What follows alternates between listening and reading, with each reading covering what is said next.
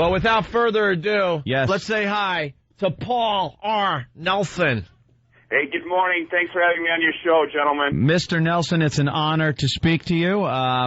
We've been keeping track of your campaign over the course of the past few weeks. And, yeah, it's an honor to talk to you. You've been a lot of controversy. I've seen you on TV a lot about your ads against Wrong Kind. That's correct, and some of that credit has to go to your show. When you guys picked up our ads and crashed our website, our phone started to ring off the hook. I know for a fact that reporters working for the Washington Post and Tucker Carlson and others at MSNBC listen to the Opie and Anthony show. Yeah, absolutely. And now, what do you do for a living? You're a real estate agent? I'm a real estate agent and a hockey dad. A hockey dad. Now, that's something we're a little confused about. We know what soccer moms are, but what's a hockey dad? Hockey dad. He likes to knock his kid's teeth out. Follows his kid to hockey every night. Oh, you take your kid to hockey. That's nice. And you come off like a very wholesome guy, very American, kind of American dream family. You know what that is. What is that? You know what an American dream is to a Negro. You know how we... Well, Patrice Oneal is here. That's white people's words for, the R word with two quotes. Sometimes Patrice gets a little out of hand, Mr. Nelson. Sorry. I don't...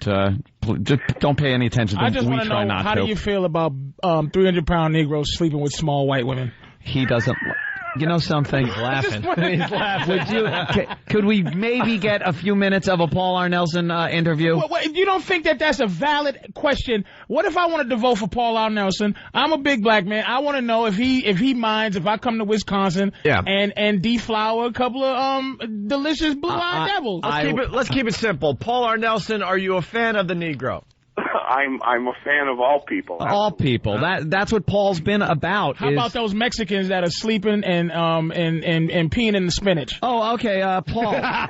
What about immigration? What's your stand on immigration and the situation we have with a lot of illegal aliens coming over the border? Sure. Hey, we've been very clear on our positions in our ads that we're not a very nuanced campaign. We try not to leave a lot of room for ambiguity. I would be against illegal immigration. Of course, Wrong Kind would be one that would want to sponsor amnesty for illegal immigrants. So that's all we're pointing out. And people keep talking about our attack ads. You will note in our ads that we do not go after Mr. Kind for personal financial malfeasance or marital infidelity. We are simply pointing out his voting record. These really are not attack ads. They're really what the campaign is supposed to be about. Now, telling the voters the difference between what the two candidates would vote. I understand that, Mr. Nelson, and believe me, I am a fan, but let me play the devil's advocate here. Do you think that your ads kind of leave it a little vague as to where that money was going, really? It kind of comes off like a Wrong Kind is taking the taxpayers' dollars and going to Vietnam and paying for hookers. It sounds a little worse than it really is, because I think in actuality it was a bill based on a sex study all wrapped up into one. And it kind of sounds like these are separate incidents in your ads. Right, and but the language in this ad, and that's why we put the NIH grant numbers, the To Me amendment number. I mean, we live in the information age. People can go to our website at paularnelson.com, and they can look this stuff up. This is part of the congressional record. The words that we used in the sex studies ad are part of the congressional record. It's actually really, really accurate, and I would certainly challenge it. So you think Ron Kind is obsessed with the masturbation habits of old men? No, I don't think he's obsessed, but I do think that he knew what he was voting for when he voted to fund that study. Yeah. Paul, you mind if I ask you a quick question? Patrice Oneal. Patrice Oneal here. Just black man. Two man to man. You don't think, just man to man, you don't think that hooking up electrodes to a woman's vagina and making her watch porno and see how she reacts to it is a little bit sexy, just as a man? I know you're running for Congress, but just as a dude chilling out with a beer, you don't find that to be hot? the point that we're making, whether or not we think that may be an interesting study. Yeah. That someone took the time to take an electrode. All right, be careful, Patrice, because they're dumping out. To take an electrode. Did they dump out on me already? Possibly. I just want to help you out. We're teenage girls, porn, and something attached. And electrodes. And electrodes. Let's just keep it at that. Everyone can figure it out. Somebody took the time to do that as a study. Yeah. That doesn't get us just a little bit of a whoo. Like you didn't have to wipe your brow a little bit. A little sweat didn't drip down your face. Just a little. It's all right, listen, Opie and Anthony, I wanted to issue a public challenge on your radio show to have Mr. Wrong Kind actually come out from underneath his desk where he's curled up in the fetal position, sucking his thumb and asking for his sippy cup of milk and a blanket. I want him to come out from underneath the desk, and I want him to come on the Opie and Anthony show Monday morning, the day before the election. Right. And let's have the pests call in, and we'll have a debate on air. God, you know, would that be great? Everything. Wouldn't that be great? Why won't he face you? Wrong Kind is scared to death of the things that we've been running, the ads that we've been running in this campaign, because as I mentioned, we have been running ads that accurately depict his votes. And Mr. Kind, his values and his waste of taxpayer dollars are well outside of the realm of the voters here in Washington. Speaking of which, we got the brand new ad. I don't know how we got it. Wink, wink, nudge, nudge. The Bruce and Bubba ad. I love the Bruce and Bubba ad. Well, we happen to think it's a moment of brilliance. You know, we have a lot of young people in this country that don't pay attention to politics because they think it's boring. And we put some things together that we think have made budgetary issues a little bit interesting. And now we put an ad together that we believe will make the gay marriage issue a little bit interesting to young people. And I don't think that young people understand how much power they can have in an election. Your listeners, they want to go on our website at paularnelson.com, make a small contribution to our campaign. We are beating the political life out of Wrong Kind with these ads exposing the way he votes. So you're not a fan of the fruits? I'm not a fan of what? You know, fruity people. Look, they can do anything that they want. We're not putting any restrictions on people, but you can't tear down our institutions. And the institution of marriage has served mankind pretty well since, as we point out, I think straight couples have already destroyed that institution. I mean, let's be honest. That's a fair point. Right? I mean, what is it? What's the stat up to? Like 60 to 70% of all marriages fail. That's a fair point, man. I mean, we've already destroyed it. So, all right, Opie, you man-loving. Just take. That was a fair. You listen to Paul R. Nelson's ad, and you tell me if that sounds. I say let them suffer like us, right, guys? You sound like you tell me if that sounds like something you want this country running around with men walking around, men holding hands and being married. That's not me, Mr. Nelson. They only want to get married for insurance reasons. With your platform. They would stay doing because men don't want to get married, but they just do it because they didn't get insurance. Are you for anything like that, like some kind of legal, not a marriage, but some kind of joint partnership between gay gentlemen or women that they can then get benefits and health care together? Well, listen, fellas, anyone can go to an attorney. You can own property together. You can put together joint agreements where you can visit each other in the hospital. Certainly, people can live however they choose to live in a legal contract, legal agreement. Right? That's fine, some kind of contract, but not in the eyes of God. Well, however, the legal definition of marriage has been a sacred contract between a man and a woman. I just think it would be very destructive to our society to go ahead and do that. And we can look to Western Europe, to Norway and Sweden and the Netherlands, places where they've done this, and it has certainly been destructive. Paul, what if they're two really hot lesbians, though? You know, not the butchy kind, you know, but like lipstick lesbians. Not the ones that are shown on the news when they get married. Jesus. He's laughing. That's what I'm saying. It's like, isn't that Paul, come on. I love Paul R. Nelson. Isn't that more for us? Isn't that more? Paul, you got to lean a little bit for us. I mean, all right, man on man. All right, let's be honest. We all understand that. But lipstick lesbians, where's your stance on that and them getting married? with gay marriage, we're gender neutral. He's pretty straightforward with What's that your one. stance on lesbians and electrodes? Well, he's already stated. How about Vietnamese lesbians with electrodes? With old men watching. That's something wrong kind wants money going. That's wrong going kind. to wrong kind. Did you guys just sit in that room when you figured out that you could put a couple of letters at the beginning and end of his name and make it wrong? Did you guys just go, "Oh my God, this is great"? And as we were sitting at the table discussing this, we realized we had destroyed the man's political future right there and then because. How do the polls look, Paul? Not looking good for Paul. Yeah, we haven't taken a poll at this point. He doesn't want to know. No, why? What's Paul? You gotta be honest here. You know it's going to be really, really tough to win this election, right? No question. Every incumbency is extremely strong. Yeah. And that's why incumbents, challengers have to come out and they have to make very articulate points, and they have to tell the electorate why it is that you should fire the incumbent. And I think we've been doing a fairly good job of pointing out some of those reasons. Hey, Paul, I think I could help you out. Yeah. Okay. I got pics. I got some go. pictures you might want to see. What, you got wrong kind there? I might have some pictures. What do you got?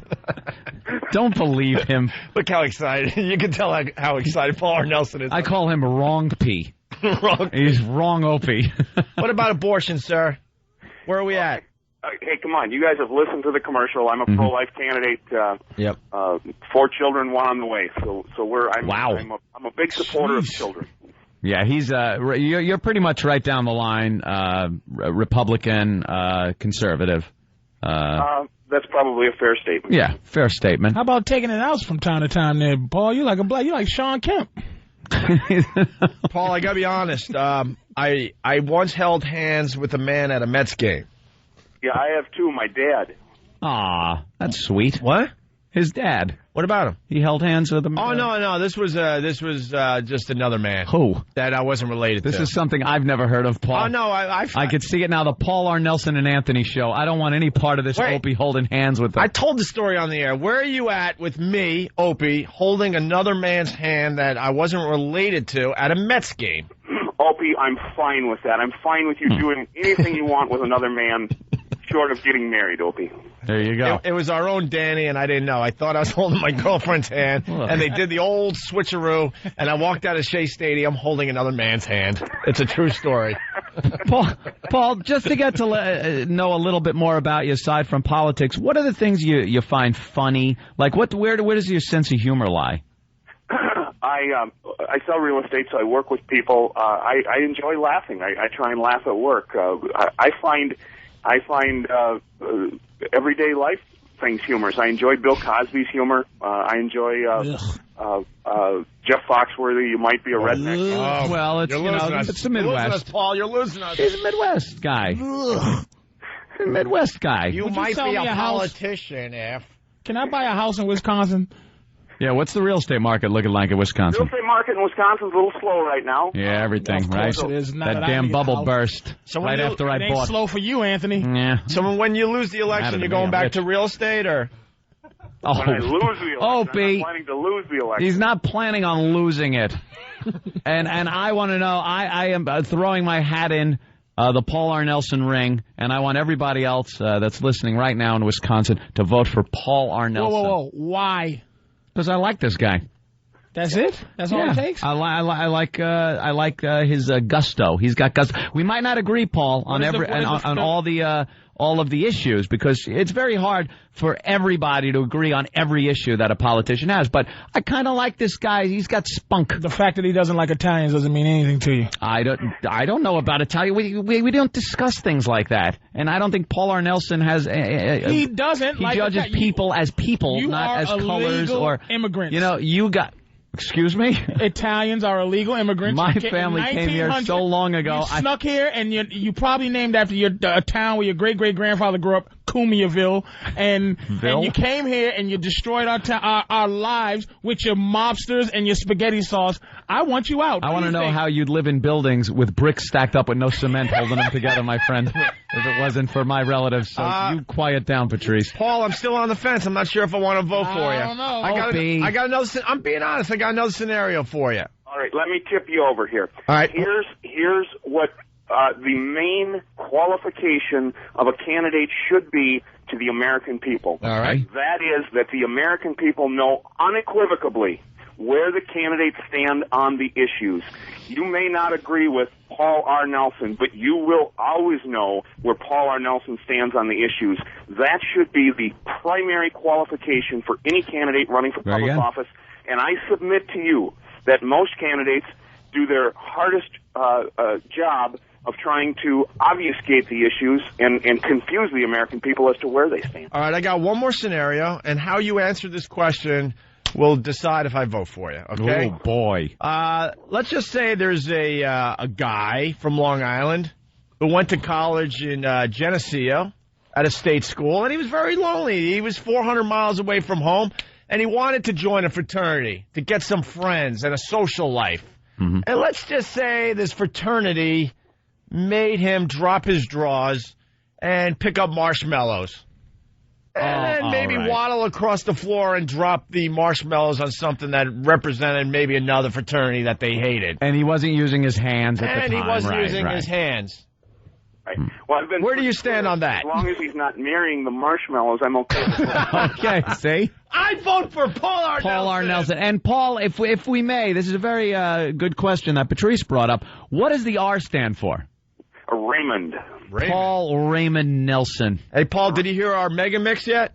I have not. Oh, you know what? We have heard your mega mix. And, I wanted to thank you guys for that. We noticed in our campaign office, by the way, we've listened to almost every show where you've been talking about us, and my campaign staff laughs until they cry. Oh, good. Yeah, we're really funny.